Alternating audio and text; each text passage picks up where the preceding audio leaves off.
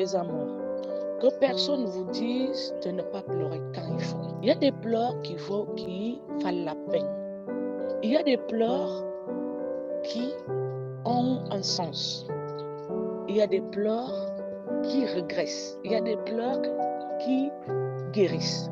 Je me rappelle à l'époque, ça fait de cela près de 15 ans aujourd'hui, je vivais des situations terribles. Des situations que je ne sais pas comment expliquer aux gens.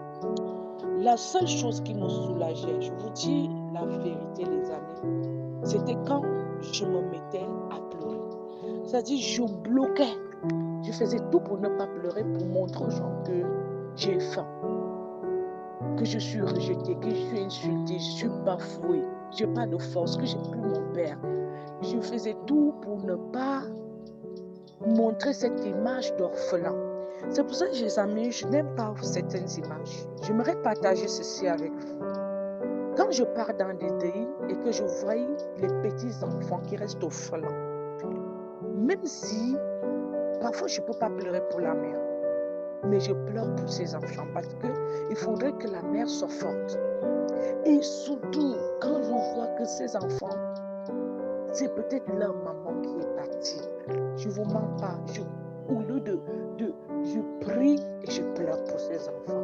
C'est la pire des choses que je ne souhaite pas que ça puisse arriver à quelqu'un. Cet amour que tu as, et on te l'enlève brusquement, et tu te sens déséquilibré, désemparé, fini. Personne ne vous écoute, personne n'est au courant de vous. C'est-à-dire, tout bascule dans votre vie. Vous ne pouvez plus vivre normalement. C'est impossible. Les enfants, priez pour vos parents. Les parents, priez pour vos enfants. Ça, c'est une situation plus pire, une situation que je n'aimerais pas. Que je prie toujours pour que mes enfants ne ressentent pas cela, ce que j'ai ressenti. Donc les amis, parfois, c'était la seule chose qui me réconfortait, mes pleurs. Quand je finissais de pleurer, j'avais une espèce de force qui m'habitait, comme si mon père m'interpellait, me disait ne baisse pas dans les bras. Je t'ai senti soulagée, ne baisse pas tes bras. Donc je le redis encore les amis, quand vous voulez pleurer, pas dans le désordre, parce qu'il y a certaines personnes qui pleurent pour désemparer des gens, pour mettre les gens dans le désordre, qui veulent paraître. Non, pas ce genre de pleurs, mais les pleurs que vous sentez que vous êtes vide, vous sentez que vous êtes fini. C'est-à-dire les pleurs que vous sentez qu'il n'y a que ça, les larmes, la coupe, il vous reste pour présenter au Seigneur votre état, votre situation. Pleurez.